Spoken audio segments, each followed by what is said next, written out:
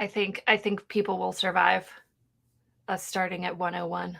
101, yeah. All our live listeners Who wait with bated breath.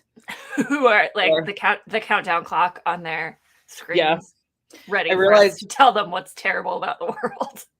yeah. I went to the pool we sat by her aunt's pool on Saturday with Katie, and I forgot to take my necklace off, so you can see this like lovely little. I'm doing great. I am doing fantastic. Also, sunscreen, my child. I had it on.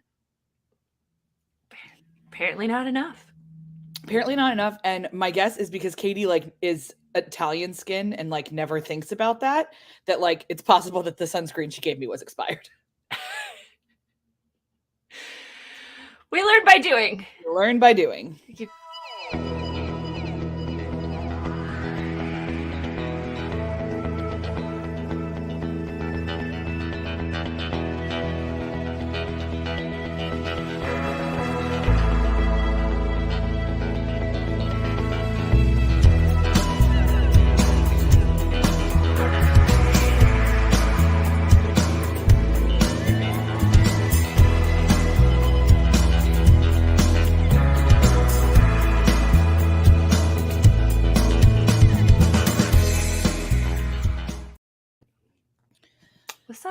What's up, everybody? I'm coming to you from the Ontario office of Abby Research.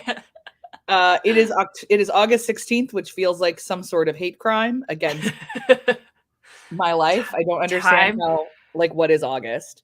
I know. I realized like over the weekend that I think I have no idea what time it is because I lost like half of July to having COVID. Yes. And I think it just totally like, I am not normally for this amount of time shocked at the date, but I just feel like I can't quite, like, every week I start, I'm like, what?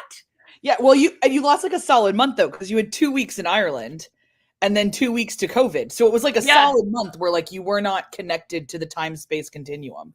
I know. It's so weird, but I just keep waiting for myself. But then this weekend I was like, oh yeah, I guess. I didn't really start July until like the 13th or the 14th. So yeah.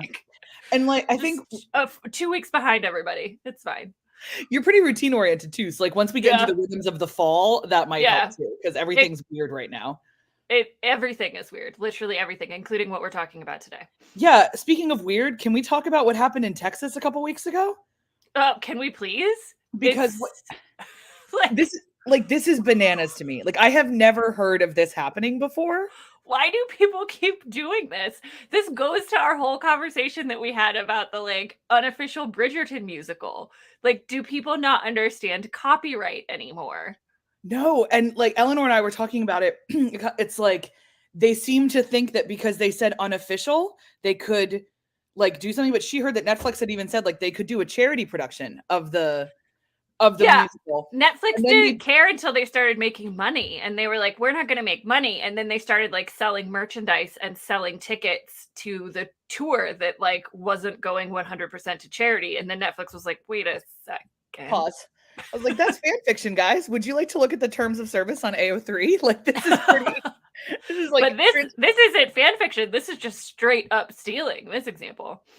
Yeah. So what happened was a church in Texas a couple weeks ago staged a production of Hamilton illegally. They didn't get the license from the production company, which for anyone who doesn't know, high schools, universities, community theaters, you write into a licensure agency, you rent the license, and they send you the scripts and the scores and everything else.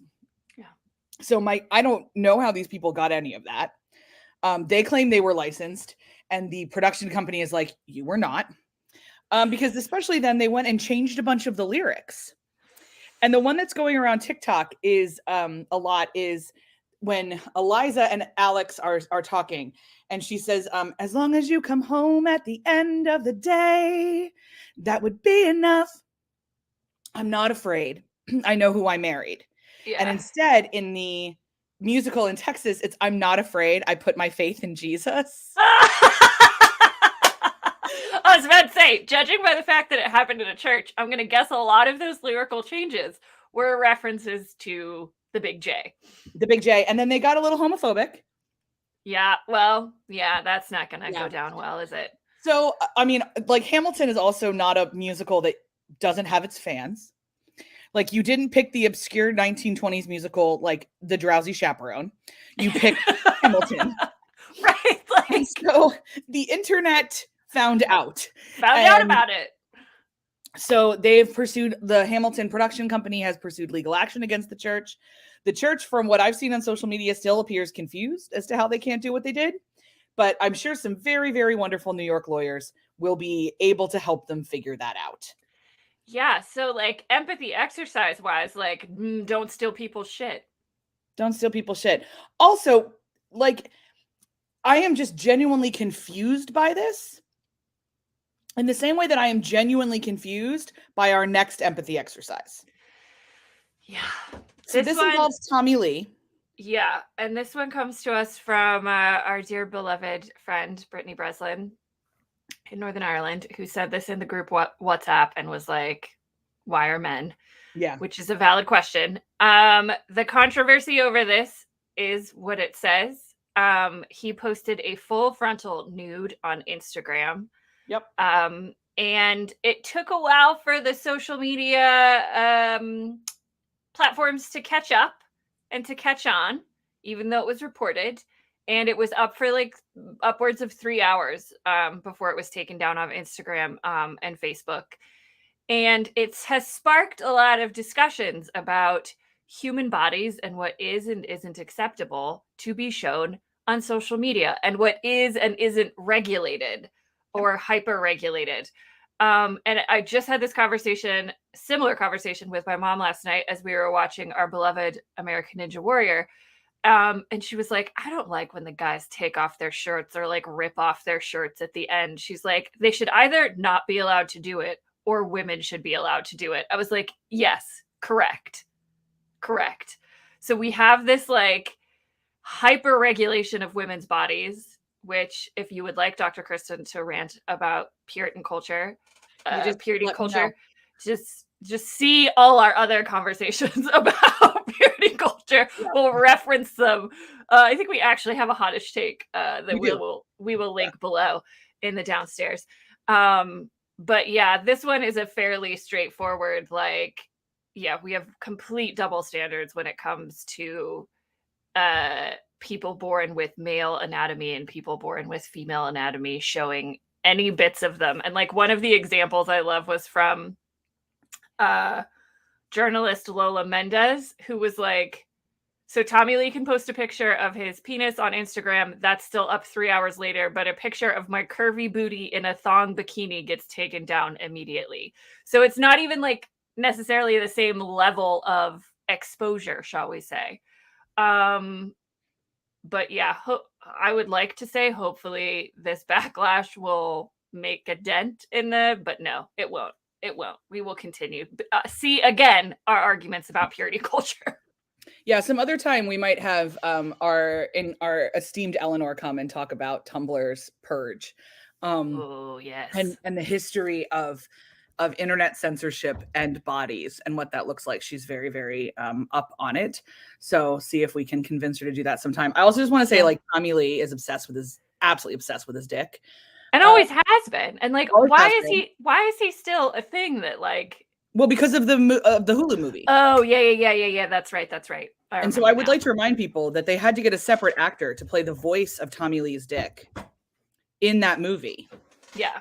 Because part of his memoir, like, included a conversation that he had with his genitalia. Yeah. This is like we should not be surprised by the dude.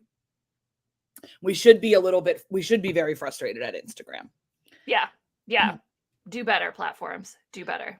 Speaking of someone who is doing better, let's talk about Amazon and League of Their Own. Because, oh my God, it is getting rave reviews from everybody who seems to understand what it is doing and is getting panned by people who don't want to be reminded that sexism and racism happened in 1940. And people who are upset that the original film didn't deal explicitly. It dealt with sexism, but not racism, did it? It nodded to it. And it's as much nodded, but like, yeah. Penny Marshall has said that's as much as she was allowed to do. Right. Right. and get it past the censors. Like in the past, I don't know her reaction to this show, but I know that in the past she has said she was frustrated that they wouldn't let her overtly address that the AAPGL would not allow players of color. Yeah. So all she could do was this one quick scene and let people draw their own conclusions. Right. But I mean, it does deal with sexism, Absolutely, and in sports, like, rather explicitly. So people being upset that, like, the reboot does it even more.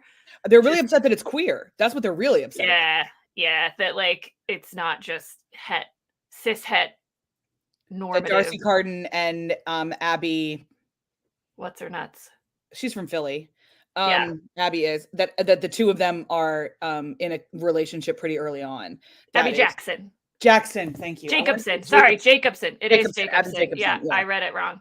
Yeah. So this is an empathy exercise for us, just mostly because we like to have ones that are joyful. We are probably A League of Their Own is, I believe, your favorite film, is it not? It is my ultimate favorite film. Your ultimate, like, top favorite film ever. It's my comfort film. Like, anything wrong in the world, I put on League of Their Own. Yeah. So you know, we fall on both sides of the argument about the constant cycle of remakes that we're in. But I was very skeptical of this. I was on the record as being very skeptical. We were both very skeptical of this, as we often are skeptical of remakes. Like, we can tell, our common refrain is we can tell other stories. But I'm excited that they're bringing this back for new generations and expanding the story and telling other stories with it. Exactly. If it was the exact same as the film, I would be frustrated with it because we told that story. But they clearly understand that they have an opportunity to expand on that and be more realistic about what life was like for these women in 1940s. Yeah, and they've consulted extensively with players. And one of the players, who is the character portrayed in the movie by Madonna, at the age of 95, has come out as a lesbian.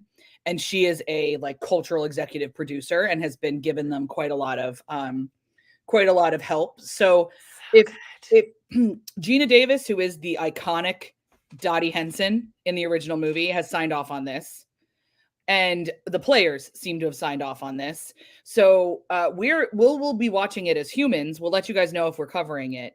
But I'll be honest, this is going to be a real good antidote to Handmaid's Tale. So this might show up in October. Yeah, it might. Once we survive the Handmaid's Tale season 5, we might do this.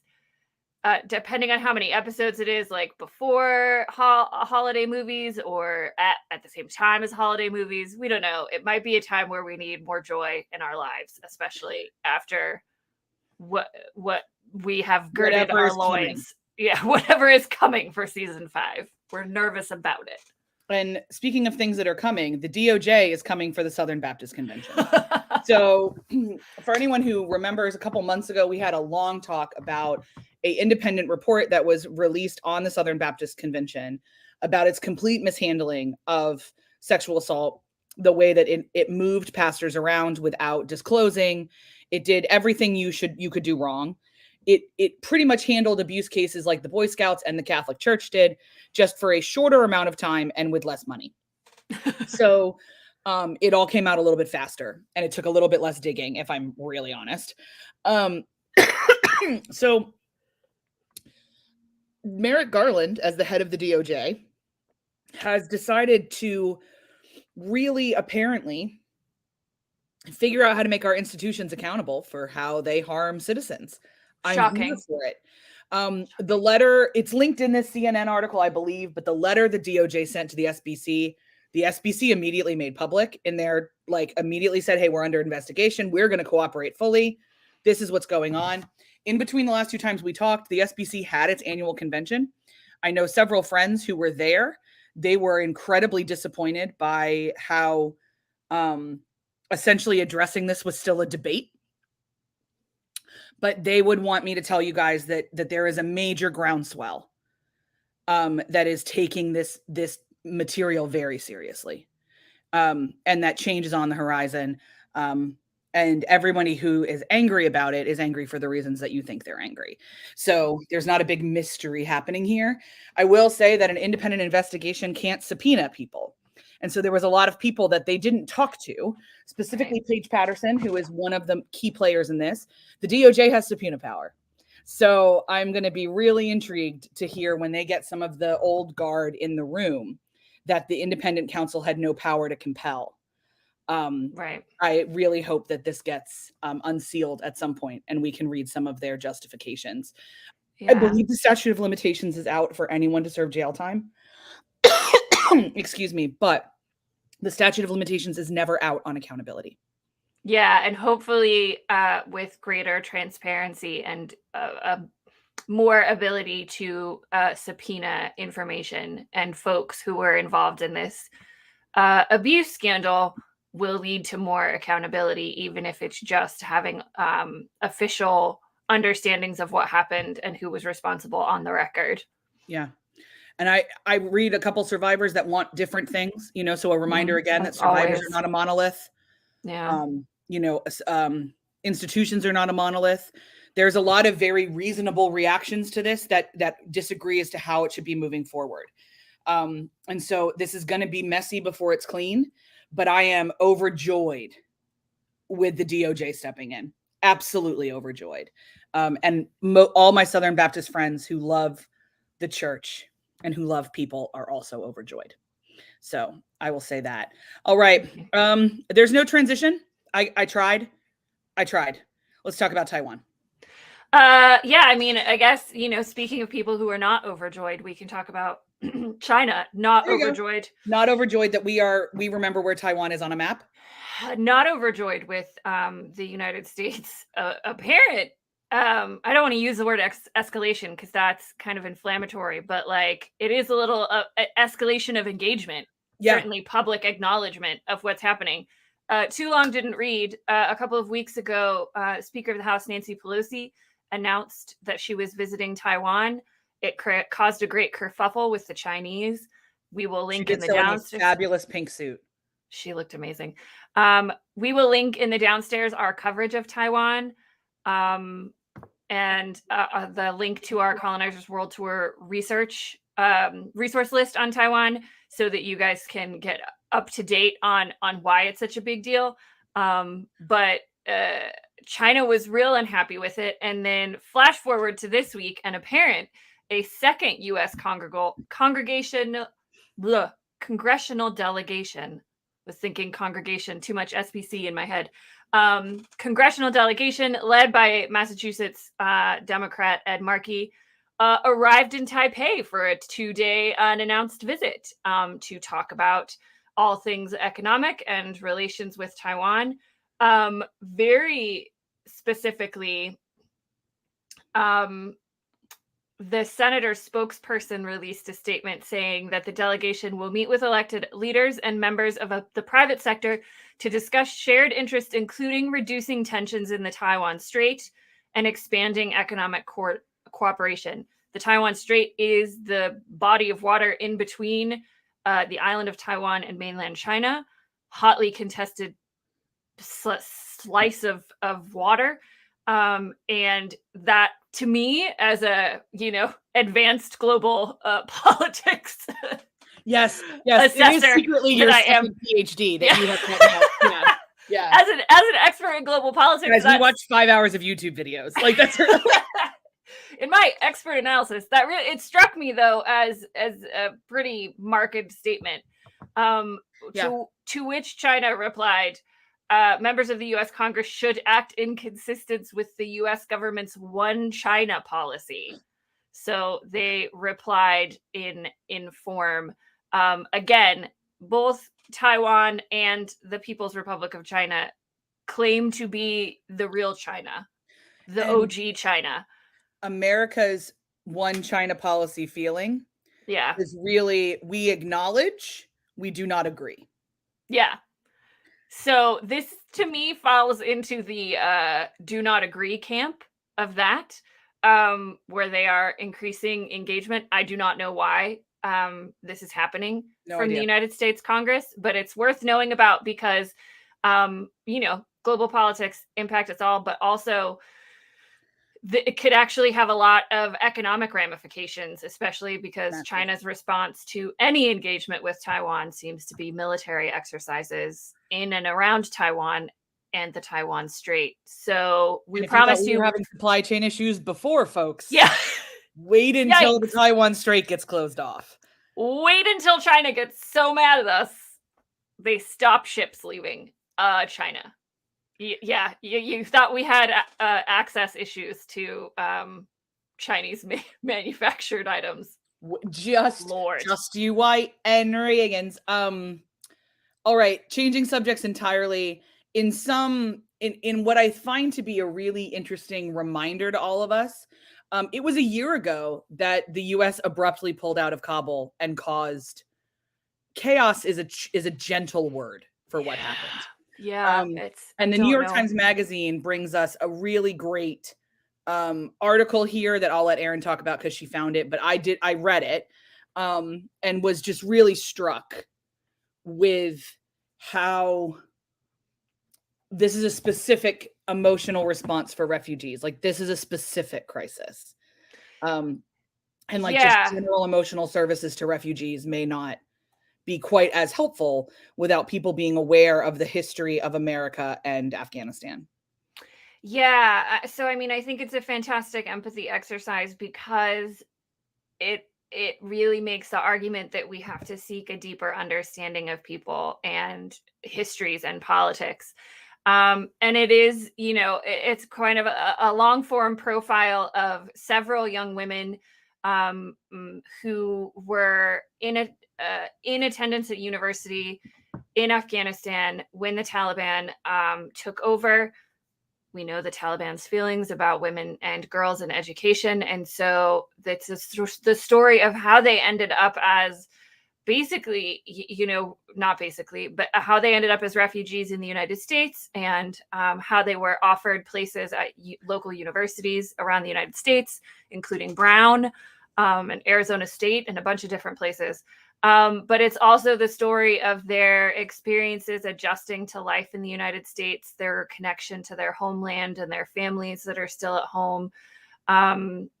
And just, I think, humanizes something that has fallen off all of our radars because Ukraine happened and COVID happened and Mar-a-Lago happened and so many other things in the intervening year have taken Afghanistan off our radar. But yeah, this week is the 1-year anniversary of the fall of Kabul and the withdrawal of U.S. involvement in Afghanistan. But this is a great reminder that so many humans were impacted and are continuously impacted by those events. And just because it's not breaking news on our news channels doesn't mean things aren't happening that we should pay attention to, especially when it comes to, as you said, I think really articulated well, how we think about integrating refugees and how we provide support for refugees and why the context of where they're coming from and where they're going to, it has to be a part of that conversation when we're talking about emotional support and mental health support. Yeah, I mean, obviously no refugee is in a prime emotional state. But there's not a lot of other places we are currently accepting refugees from we did not occupy recently anyway, or at all. And so we just need to acknowledge that. We need to acknowledge that they might have a very complicated relationship with the idea of America or with Americans. And we should, empathy-wise, seek to understand the ramifications of that with individuals. Yeah, it reminds me, before you go really quickly, it reminds me of that scene in the first or second episode of Ted Lasso, where Ted Lasso gives Sam one of the little army soldiers that his son sent him to help him feel better. Yeah. And Sam, whose character's from Nigeria, is like, is it okay if I don't keep this? I have a different relationship with the US military than you do. And Ted just kind of goes, oh, imperialism. And that is, and he goes, yeah, imperialism. And he's like, yeah, no problem. Takes it back. So again, so many lessons we get in empathy from Ted Lasso encapsulated in that scene is how our response should be for understanding the global refugee crisis. Yeah. Speaking of things that are probably not on your TV screens, but really should be, Kenya just had an election. Yeah, I was reading about that this morning, and I was like, I'm glad Kristen's going to talk about it because I'm confused. Okay, so spoiler alert: Kenyans are confused. So Yeah, for anyone that's what it sounds like. Excuse me. Kenyan elections are how do I put this? I love that you had to like sit back in your seat to like put my hands on my hips. Kenyan elections are a ride. That's what they are. They are a ride. Kenyan elections. And they have been since the Brits left. In a lot of countries with really terrible infrastructure or non-existent infrastructure and high levels of illiteracy, like elections are rough. They're rough to implement. They're rough to carry out. There's obviously massive abilities to sway an election, to stuff ballots, things like that. There is and there's a lot of still, especially in Kenya, because I'll say, so my brother was in Kenya in 2008 when the results of that election actually like exploded into armed violence. And so I texted my brother last night and said like, hey, what is this? Does this sound to you like what you lived through? And he was like, no, not really. It's like some of it is because it doesn't sound like the turnout was as high. And they've also lived through that. Now, my brother's not a political scientist. He was just there. But Kenya is a really important country for Americans to be aware of because it's a huge strategic partnership for most of our missionary and nonprofit organizations. So nearly every nonprofit organization that you can name off the top of your head that does international relations has an office in Nairobi or Mombasa. Most students that who are any faith system who have done overseas missions probably have been to Kenya or Colombia. Like those are kind of the two we go to. So being aware of Kenya is incredibly important. When we get to Kenya on the Colonizers World Tour, it's going to be really fun to talk about its particular place and its particular geographic and emotional location in the empire, and why Tanzanian elections are not nearly usually as fraught as Kenyan elections, and the leftovers of colonialism there. But I have a couple friends I follow that are really up on Kenyan politics, and they always just go, okay, guys, let's see what happens and hope no one dies. So just because emotions run really, really high. And when you're trying to, which is the same in a lot of post-colonial places, you're desperate for your version of who's going to represent you to be there. And there's so much emotional and longevity hangover of other people ruling that you don't agree with or haven't chosen, that even an opposition winning can trigger some people, especially older folks or younger folks with no job opportunities, clear pathways wise. So all that to say, from everything I'm reading today, President William Ruto will be declared the president, and he will stay the president. Who knows how long that fight will take to but it sounds like a lot of the international governments have kind of recognized this election as being okay. But Kenyan elections are always emotional. And so are Malawian elections, by the way. When we get those, a lot of post-colonial elections are very, very emotional. Yeah. And being aware of that is incredibly important. Two quick empathy updates before I'm going to let Erin tell you about my favorite thing I've heard this week. So we have a quick update on Hockey Canada and its incredible inability to be a functioning organization. So what we heard this week from CBC News is that when people were called the hotline to report misconduct, they were given the name of a law firm who also happened to be hired by Hockey Canada. It's just remember last week when we were like, don't be the Cleveland Browns. You know what we're going to say this week? Don't be Hockey Canada. Just don't be. That's the empathy exercise. Don't do that. Just don't do that. Yeah. Why would you do that? So obviously that there's let me connect the dots for anyone who doesn't see why that potentially might be a problem. Also, I don't know Canadian law. Jay is in the chat. She can tell us if I'm wrong here. But in the US, that's almost illegal because that's a conflict of interest. And even within the same law firm, you should be referred out. Yeah. this should not have happened in terms of even like ethical at all. And that law firm, which was located in, I believe this particular thing that it came up on was an incident in London, Ontario. Jay wants us to know that this is the law firm that defended Gian Gomeshi. Am I saying that right? Gian Gomeshi. We have our Canadian correspondent chiming in from her Thanks, Griner. Eleanor. So obviously that's not a great thing. These guys don't seem super ethical. And not super excited about that. Nope. Another, obviously we can and have talked about Hacky Canada at length. I'm sure they'll be terrible again next week. But this week, I want to move on to Brittney Griner, who was sentenced to 9 years, as we covered last week, in a Russian penal colony. She has formally appealed the thing, which the ruling, that's the word I'm looking for, which now sets in motion more ability, like more room for negotiation to happen to get her released. The Kremlin has acknowledged that a deal is on the table, that which before they were not, kind of like the US kept saying, we gave you something. And the Kremlin's like, no, maybe we'll find it after her trial's over. So now at least they're like, no, we have it. We're in negotiations. It's on the table. So fingers still crossed for Brittney to be able to come home. Yeah. And yeah. Also the other gentleman as well, whose name I always forget.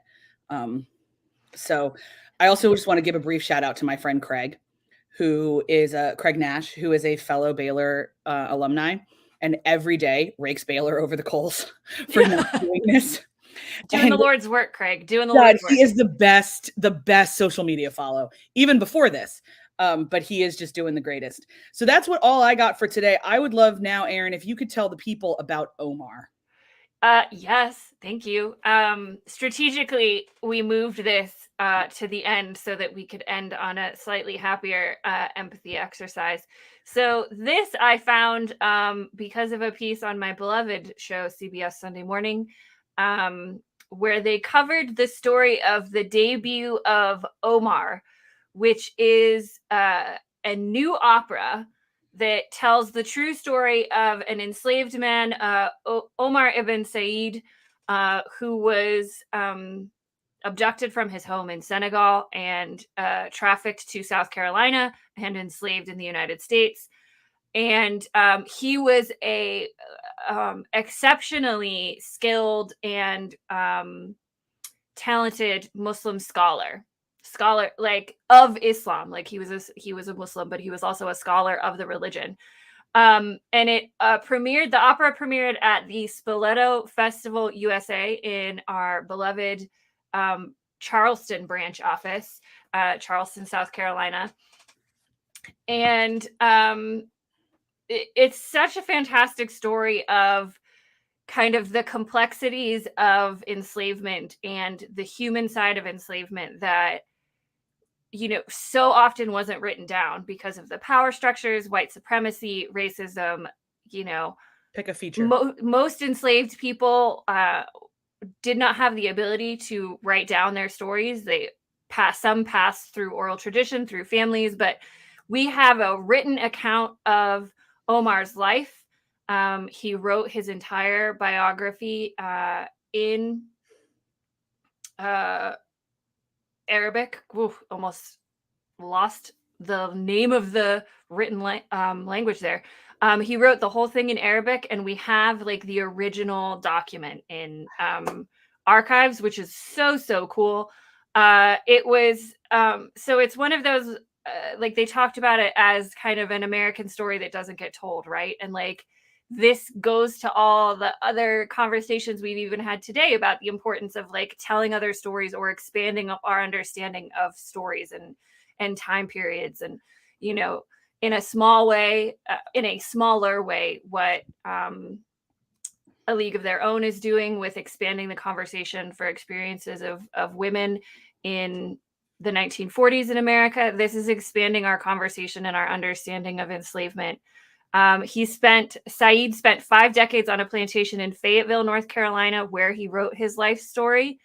And this opera was commissioned by the Spoleto Festival and created by Rian Giddens, who's a very famous Black activist and musician. So it was this beautiful collaboration about telling this story and the translation. Just look up, like if you're looking at pictures of it, it's a beautiful like set design and choreography. There's such a great use of his words in Arabic. They printed out like pages on giant sheets of canvas to use for the scene where he's writing one of the scenes where he's writing his biography. So it is done playing in Charleston, excuse me, and it is now traveling the country. I think it's going to Los Angeles next. But it's a wonderful example of what happens when we put, money behind Black voices and Black creatives and empower them to tell the stories that we don't know. And I just read there's a mosque in Fayetteville named for him, the Mosque Omar ibn Said. Cool. So a part of Charleston history we didn't know, and a part of American history we didn't know. So if you have a chance to see Omar, if it comes to a theater near you, check it out. It looks fantastic. And this is to me like, we get excited talking about all our empathy exercises, but like this is the part of empathy that we really love, where it's the feel good, where we get the feel good feelings from it. Yeah. And if you'd like to have longer conversations about empathy, we would love to invite you to our online virtual retreat, which is taking place on September 23rd. You can see here, 36 whole days away. It's coming. It's coming, and the link will be in the show notes. We just want to give you, here's the kind of things, an upcoming day-long retreat. You'll learn to do all of this stuff. And we would love to have you join us for a real interactive conversation about how to practice empathy in your own skin, your own context, your own life. And we would really, really love it if you could join us. Like we said, yes. Link downstairs. And we deeply, deeply hope that you consider it. In the meantime, that's us for August 16th. We will be back next week. We've got a couple more weeks of our YouTube hiatus where we're just seeing each other during empathy exercises and we're wearing workout clothing and just super cash. But we'll be cranking out empathy exercises, and the rest of all of the YouTube-y things will come back in a couple weeks.